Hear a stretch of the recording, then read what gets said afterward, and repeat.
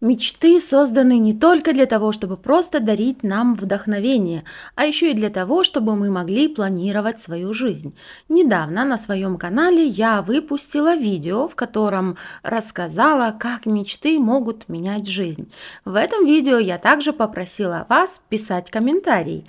И вот мне пришел такой комментарий. Спасибо за видео, я так поняла, писать свои желания – это главное. Главное, конечно же, делать, но если вы не запишете свои мечты и желания, то как тогда вы сможете понять, от чего на самом деле вы хотите и как этого достичь? Писать свои желания и мечты – это не просто фантастика или какой-то каприз. Это важно, потому что это ваше внутреннее состояние, из которого вы понимаете, вот да, это образ жизни моей мечты, и я действительно достаточно мотивирована, чтобы туда прийти.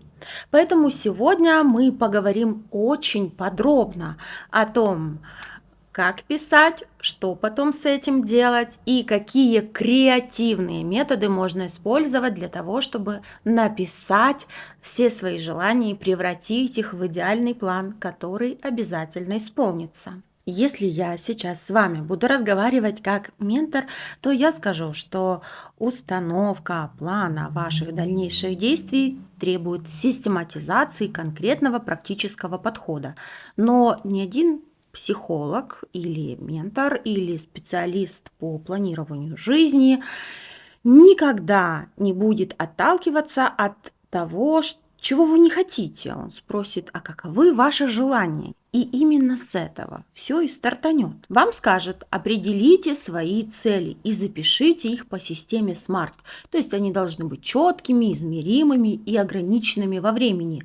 Но как вы можете определить свои цели, если вы не знаете, чего вы хотите? И тут самой главной становится ваша мечта. И под конец этого видео ждите креативные стратегии. Если мы знаем, чего мы хотим, в таком случае мы можем установить наши цели. Но как же к ним добраться? Для этого их нужно будет разбить на маленькие подцели. Например, если вы хотите выучить английский язык, и это очень важно для вашего отдаленного будущего, вы скажете, моей подцелью будет брать маленькие уроки английского языка с репетитором, например, или поступить в школу изучения языка, или то, или другое. Может быть, вы будете смотреть видео на YouTube, или даже сами будете записывать видео на английском языке, потому что этому будет предшествовать некая подготовка. И вот так вот креативным образом, тренируя самого себя, вы выучите язык. Вот это будут ваши подцели. Но они же могут быть в любой сфере жизни. И вот в каждой из сфер вашей жизни нужно понять, а чего вы конкретно хотите. И тут снова мы будем возвращаться к нашей мечте. Если взять все наши сферы в жизни, здоровье, семью, карьеру, спорт, хобби, путешествия, деньги, ну, в общем, сколько вы там хотите придумать себе своих собственных сфер, то получится, что целей у нас выйдет достаточно много. И тут обязательно, когда вы выпишете из них план, вам нужно будет расставить приоритеты, что для вас важнее. Вы увидите в какой-то момент, что кое-что из того, о чем вы мечтаете, от вас на расстоянии вытянутой руки, а что-то и так есть, но просто вы этого не замечали. После этого останутся самые приоритетные, важные цели, которые будут как паровоз тянуть за собой все остальное. Вы прекрасно понимаете, что жизнь внесет свои коррективы в ваш план, поэтому вам нужно периодически его пересматривать и вносить в него правки. А может быть так, что ваша цель вам стала больше неинтересна, тогда зачем ее тянуть на себе, как какой-то мешок? Нет, нет, нет, нам нужно периодически делать остановки, все пересматривать, корректировать, и это позволит нам обновиться, облегчиться и шагать вперед с новой мотивацией. Кто только не рассказывал нам о том, как правильно мечтать, и одними картинками на карте желаний тут, пожалуй, не обойдешься. Ну, я точно знаю, что это может сработать, но если вы просто смотрите на эти картинки, пожалуй, ничего не выйдет. Можно использовать такой креативный подход, как mind mapping. То есть вы рисуете карту своих желаний, Она позволит вам структурировать их и понять, чего вы достигнете легко, что придется подтянуть для того, чтобы прийти именно туда, куда вы хотите прийти, чем придется пожертвовать и даже как это новое приобретение, исполнившееся желание, поменяет вашу жизнь в тех сферах, о которых вы даже не подозревали. Для этого нашу самую главную цель, какую-то одну из, берем и размещаем в центре листа. От нее ставим стрелочки и расписываем, что это нам даст, например. Структурируем как можно детальнее. Составив наш mind map, мы должны из него выписать четкий последовательный шаг действий и, возможно, даже внести эти действия в календарь. Вот так это заработает. А просто висящий листок один на стене не работает, ребята. Все равно придется писать план, разбивать на маленькие-маленькие шажочки и идти по ним для достижения своей цели. Можно использовать метод обратного планирования. Это когда вы представляете, что эта цель уже достигнута. Вот, например, я владелец бизнеса, или у меня есть автомобиль, о котором я так долго мечтал. И теперь вам нужно представить, как вы этого достигли. То есть, какие шаги привели вас к тому, что вы находитесь вот здесь и сейчас в этой роли. Например, если вы мечтаете быть коучем, очень известным, популярным, значит, вы представляете себе, да, вот я провожу консультации, провожу классные тренинги. Что я делал до этого? Я вел блог. Мой блог стал популярным благодаря тому, что кроме того, я активно продвигал свои услуги в офлайн среде. И для этого я делал раз, два, три, четыре. Вот. И вы понимаете, что, возможно, для этого вам понадобились какие-то связи, которые или пришли с вашего блога, или вы их самостоятельно нашли, потому что кому-то обращались, рассылали письма, сотрудничали с предприятиями, и вот таким образом вы достигли своего успеха. Точно так же, если вы возьмете автомобиль, да, я хочу приобрести себе автомобиль, вот я его купил, я его владелец. Каким образом? Я заработал, приобрел, достиг, получил, выиграл этот автомобиль. Все возможные способы. И вы их расписываете. Также можно использовать технику экспертного путешествия. Вы отыскиваете людей, благо сейчас в интернете все уже открыто, которые в вашей сфере достигли конкретного успеха. И начинаете изучать их биографии. Как у них это получилось? Обожаю так делать. Я обожаю наблюдать за успешными людьми и не только слушать, что они говорят, но и смотреть, что они делают, потому что именно в их действиях открыт их секрет популярности. Поэтому и вам я рекомендую найти людей, которые достигли успеха в вашей сфере, и поинтересоваться у них, возможно, при личной встрече, если это возможно, как у них получилось достичь того, о чем они мечтали. Используйте метод геймификации. Когда вы уже поставили свою цель, вы понимаете, что это вот ваш результат, за который вы получите самую главную награду.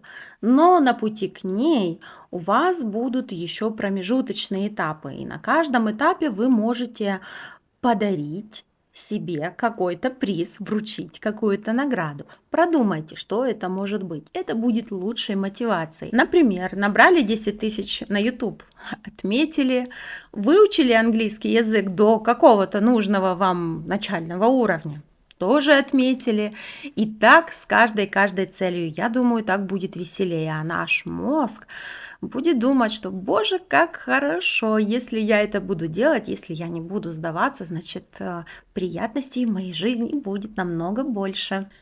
На пути к достижению цели не бойтесь экспериментировать и пробовать разные креативные, веселые, приятные подходы. Иногда нужно выбрать наихудшее из того, что есть, понимая, что в будущем, если сегодня вы себя заставите что-то сделать, вы получите лучшие варианты. А иногда нужно себя пожалеть и порадовать. Поэтому дайте волю экспериментам. А сейчас я поделюсь с вами тем методом, который помогает мне понять, чего на самом деле я хочу и как по желанию моей души я хочу, чтобы в будущем выглядела моя жизнь. Собственно говоря, этот метод у меня работает, и что-то из этого метода получается само собой. Для чего-то, конечно, приходится трудиться, но трудиться с удовольствием.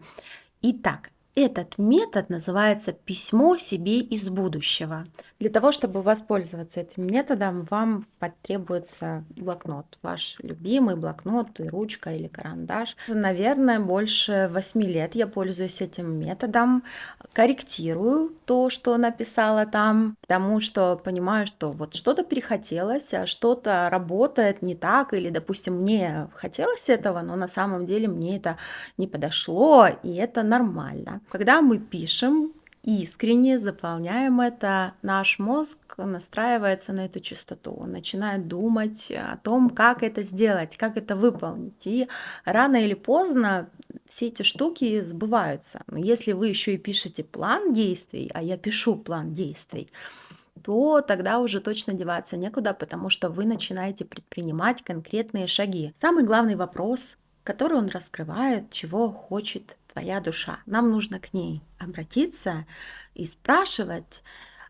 из ее глубины, не из того, чего хотят от нас друзья, знакомые, близкие, а из того, чего истинно хотим именно мы. Этот файл вы скачаете в электронном виде, но я вам настоятельно рекомендую переписать это все со своими желаниями именно от руки. Это будет маленький рассказ о жизни твоей мечты из одного дня, который вы будете проживать в будущем именно так, как вы хотите. Это будет саморефлексия, никакая не магия, никакая не ересь и не чушь. Это нормальная практика поговорить с самим собой и быть перед собой, прежде всего, откровенно.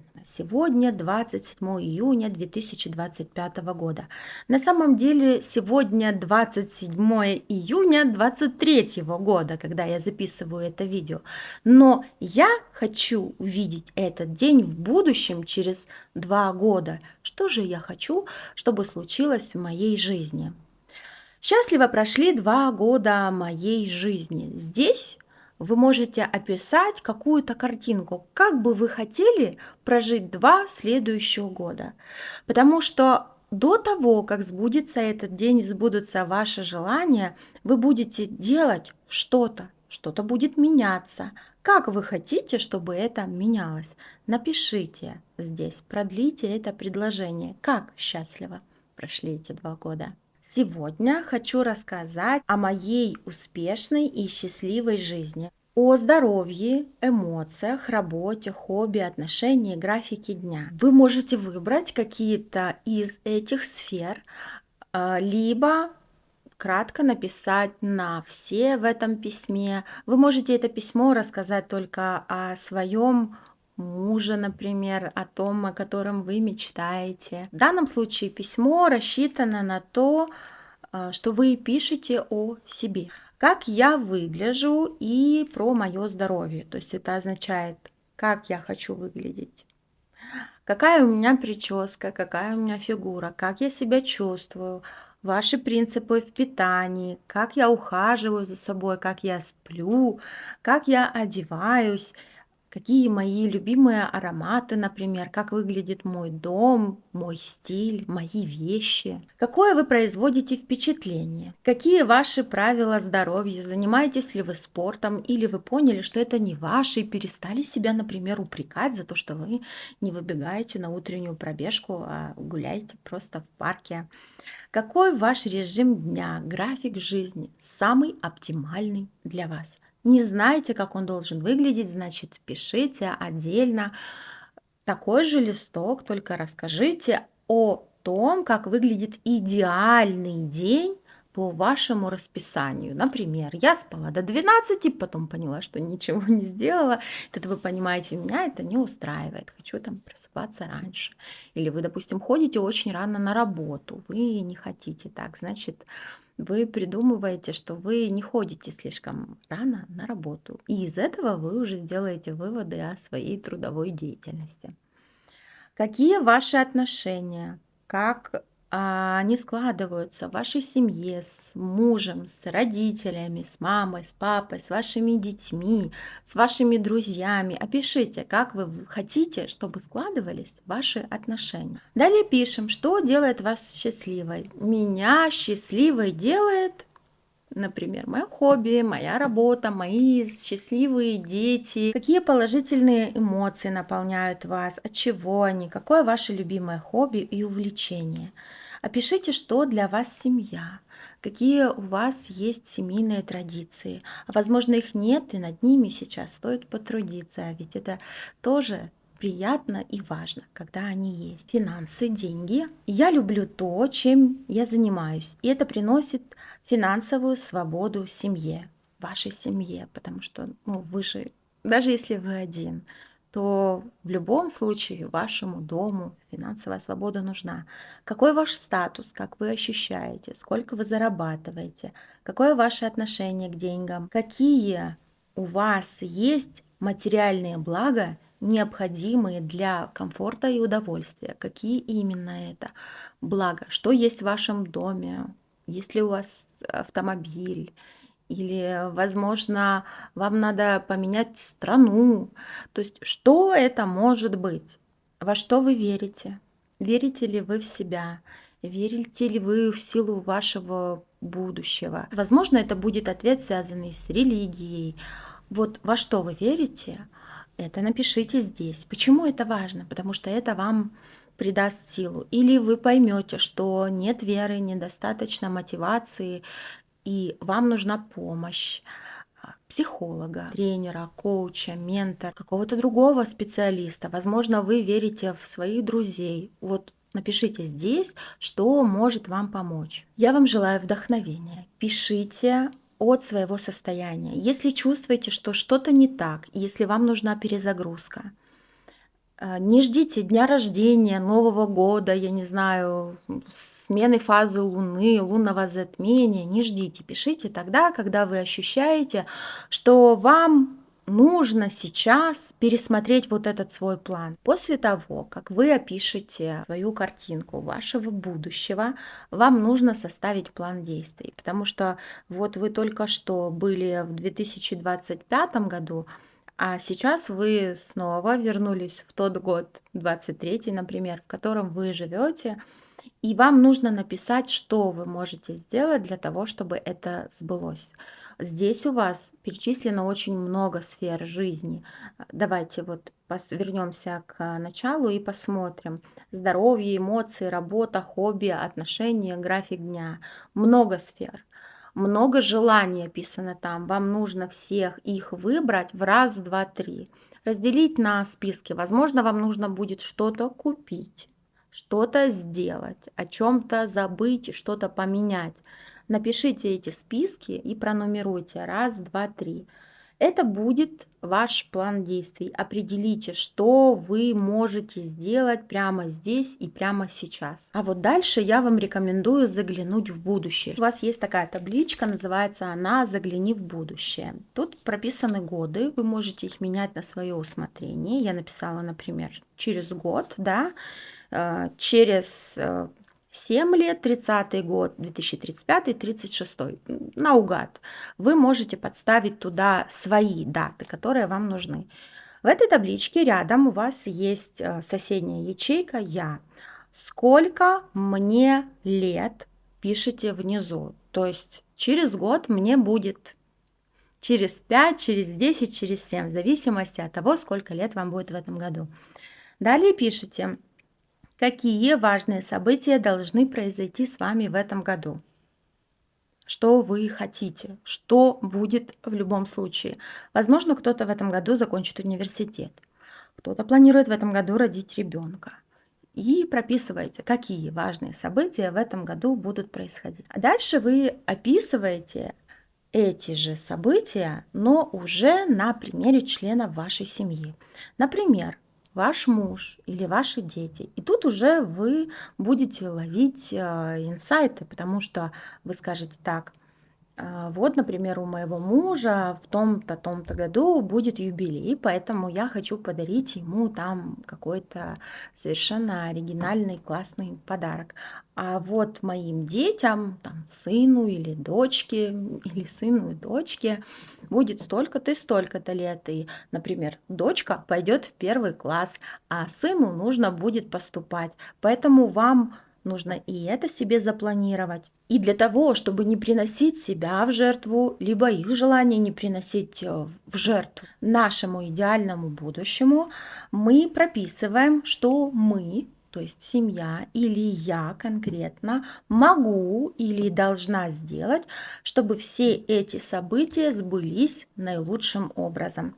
И дальше вы начинаете действовать, исходя из своих возможностей в данный момент, планировать, что вы должны сделать, чтобы это сбылось, корректировать, если вы понимаете, что это нам не подойдет или вы этого больше не хотите. И если ощущаете, что вам нужна помощь специалистов, также планируете это. И специалисты могут быть совершенно разные. Возможно, психологи, да, возможно, менторы. Выбирайте ту методику определения желаний и постановки целей, которая понравилась вам больше всего. Экспериментируйте, скачивайте файлы, заполняйте их. Обязательно пишите вопросы в комментариях. Давайте вместе добьемся наших желаемых целей. И если вы знаете, что у вас есть друзья, подружки, знакомые, которым это видео будет полезно, пожалуйста, поделитесь. Всем хорошего дня и сбывающихся желаний!